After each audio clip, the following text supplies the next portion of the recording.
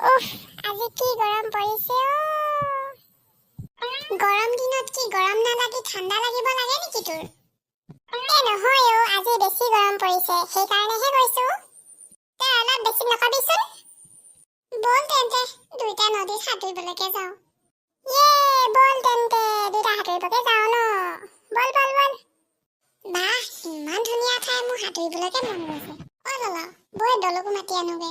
বহুত মজা লাগিব, আমি তিনিওটা সাঁতুৰি ফুৰিম।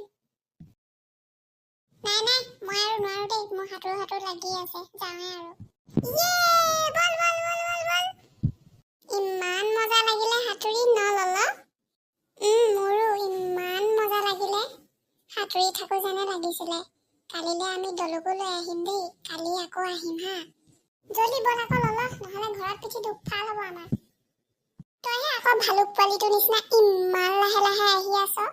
তই আকৌ শহাটোৰ নিচিনা গৈছ, মই আকৌ খোজ কাঢ়িবগে নোৱাৰিছো আজি।